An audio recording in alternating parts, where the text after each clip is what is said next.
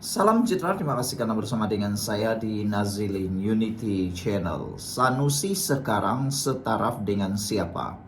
Meskipun dia adalah Menteri Besar Kedah, tetapi menurut Mujahid, beliau kini setaraf dengan pentasub PAS sahaja.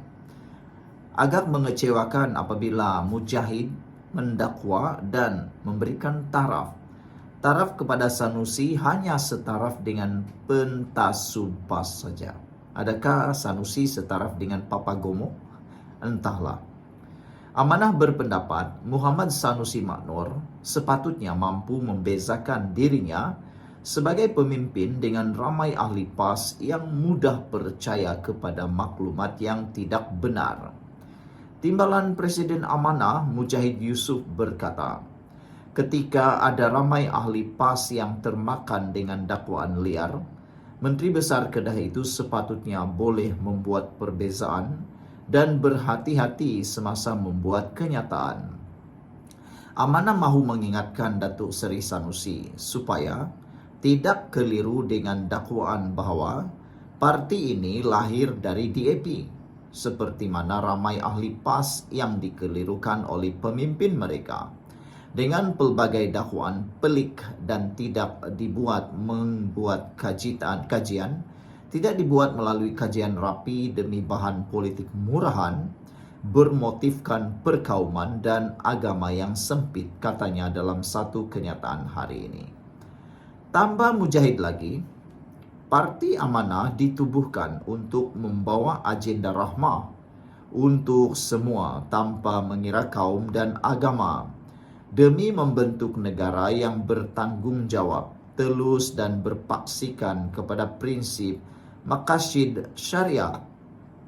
Kata ahli Dewan Negara itu lagi, parti itu diasaskan selepas PAS membawa politik fitnah dan perpecahan dengan bertopengkan Islam. Amanah lahir atas hasrat untuk menjaga nama baik Islam dalam amalan politiknya, bukan sebab cetusan daripada DAP, katanya lagi. Pada 31 Januari lalu, Sanusi mendakwa Amanah ditubuhkan oleh DAP pada tahun 2015 kononnya sebagai rancangan jangka panjang parti itu untuk melemahkan PAS. Untuk rekod, PAS dan DAP adalah rakan gabungan dalam Pakatan Rakyat yang dibentuk bersama PKR sebagai menghadapi Barisan Nasional dalam pilihan raya.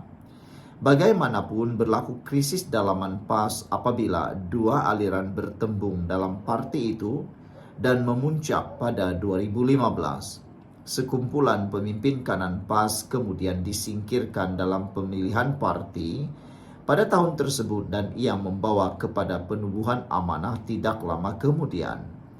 Pada 1 Februari lalu, Naib Presiden Amanah Mahfuz Omar menyanggah dakwaan Sanusi dan menegaskan parti itu sedang meneliti kemungkinan untuk mengambil tindakan undang-undang ke atas pengarah pilihan raya Perikatan Nasional berkenaan. Mahfuz juga menjelaskan Amanah lahir ekoran penolakan ahli PAS terhadap hala 7 parti tersebut. Kata Mujahid, laporan polis sudah dibuat di berbagai lokasi sebagai langkah Amanah menyanggah dakwaan perkauman yang dibuat PAS untuk memecah belahkan perpaduan rakyat negara ini. Amanah yang akan berusia 10 tahun pada 16 Ogos ini akan tetap istiqomah dengan cita-citanya membawa rahmah kepada rakyat Malaysia. Walaupun kecil, tetapi Amanah tidak membawa politik fitnah dan kebencian. Sebaliknya, membawa politik rahmah dan kesatuan. Sanusi boleh terus memperlekehkan apa saja yang tidak sebulu dengannya, tetapi rakyat menetap setiap tutur kata dan tindakan Menteri Besar Kedah itu. Pentaksub PAS pula hanya akan mengulang berkenan kerana kejahilan fakta. Hari ini Panglima Perang PAS berstatus Menteri Besar terbukti tarafnya sama saja seperti pentaksub kerana bercakap tanpa fakta, kata beliau lagi. Kata seorang orang yang ada masuk dalam komen, beliau kata, rasuah tidak termasuk dalam kesalahan katanya. Sekian dulu untuk kali ini. Jangan lupa tinggalkan komen Anda. Salam sejahtera. PAS kata hari ini, PAS bersedia bekerja sama semula dengan UMNO jika ada pertukaran pimpinan UMNO. Dengan pengakuan PAS ini, maka kedapatanlah bahwa PAS memang mahu merancang, merosakkan kerajaan perpaduan ini dengan cara tidak mahu melibatkan Zahid Hamidi lagi. Saudara-saudara sekalian, ada seorang rekan saya, pengulas politik juga, mengatakan bahwa kalau bukan Zahid, UMNO sudah lama lingkup selama-lamanya. Kerana kepintaran dan kebijaksanaan serta kesederhanaan Zahid Hamidi, sekarang ini UMNO sudah menjadi sebahagian daripada kerajaan. Bayangkan kalau UMNO sekarang adalah pembangkang. Apa sebenarnya mereka yang akan dapat? Siapa sebenarnya yang akan rugi? Kerana kesederhanaan yang ada pada Zahid Hamidi, bukan kita nak puji, tetapi itulah kredibiliti, kehebatan, kepintaran, kebijaksanaan Zahid. Tetapi itu perkara paling ditakuti PAS. Kebijaksanaan, kesederhanaan, dan sikap Zahid yang tidak mahu terburu-buru dalam membuat apa-apa kerjasama dan keputusan pula dibenci atau ditakuti oleh PAS. Paling PAS terkena ialah apabila mereka meninggalkan mufakat nasional sehinggalah Zahid Hamidi marah dengan tindakan tersebut. Apabila PAS menyatakan mereka sedia bekerja sama semula jika ada pertukaran pimpinan UMNO, ini menunjukkan PAS tidak ikhlas bekerja sama dengan UMNO. Yang heran dia pula yang letakkan syarat.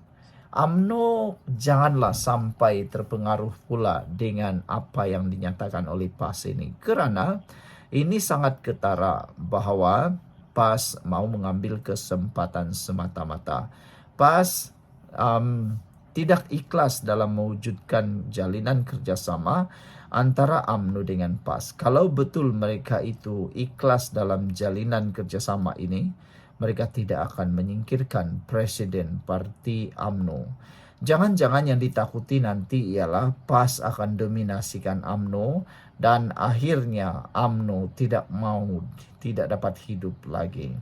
Mursyidul Am PAS Hasim Jassin memberi bayangan bahawa kerjasama antara PAS dan UMNO boleh dihidupkan kembali sekiranya Presiden sekarang Ahmad Zain Abidi tidak lagi menerajui kepimpinan parti tersebut. Ini pula syaratnya. Siapa sebenarnya yang memerlukan? Adakah UMNO yang memerlukan PAS atau PAS yang memerlukan UMNO? Dijangkakan kalau Barisan Nasional teruskan perdebatan ataupun PAS teruskan keinginan untuk bekerjasama ini, nanti UMNO yang akan susah pula. Sebab jangan-jangan nanti UMNO akan dicucuk hidung oleh PAS pula. Sedangkan belum ada kerjasama pun dah menetapkan pelbagai keinginan termasuk menyingkirkan Presiden UMNO itu. Menurutnya, PAS sentiasa bersikap terbuka untuk bekerja sama semula dengan UMNO demi menyatukan umat Islam, kata beliau. Merujuk kepada kerjasama terdahulu menerusi mufakat nasional katanya, dia berkata, dengan UMNO ini dah pun kita rancang dan wujudkan perpaduan ummah, termasuk ada piagamnya, tapi tak mungkin ada masalah sikit. Tapi kita patut tak pernah tutup, katanya. Kita pun tahu siapa menolak kerjasama itu sebelum ini. Mungkin dengan pertukaran kepimpinan UMNO, maka mana tahu pintu akan terbuka luas balik, insyaAllah, katanya lagi.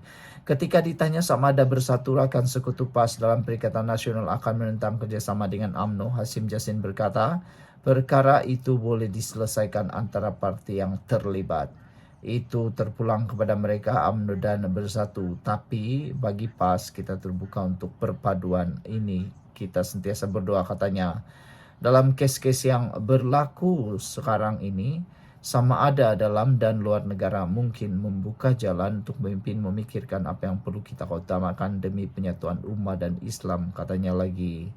Sebelum ini, bekas Ketua Penerangan Dewan Ulama PAS, Muhammad Ashri Mat Daud, menyatakan keyakinan bahwa UMNO dan PAS masih boleh menghidupkan semula mufakat nasional sebelum pilihan raya yang akan datang. Bagaimanapun, Zahid yang bekerjasama dengan Pakatan Harapan untuk membentuk kerajaan persekutuan selepas pilihan raya umum secara konsisten menolak cadangan untuk menghidupkan semula mufakat nasional dengan menuduh PAS tidak ikhlas dalam kerjasama tersebut. Beberapa komen dari para netizen berkait isu ini ialah, antara komen netizen ialah, beliau kata tidak perlulah bekerja sama dengan PAS, biarkan PAS merebut dengan geng-gengnya. Sekian untuk kali ini, jangan lupa tinggalkan komen Anda, bye bye.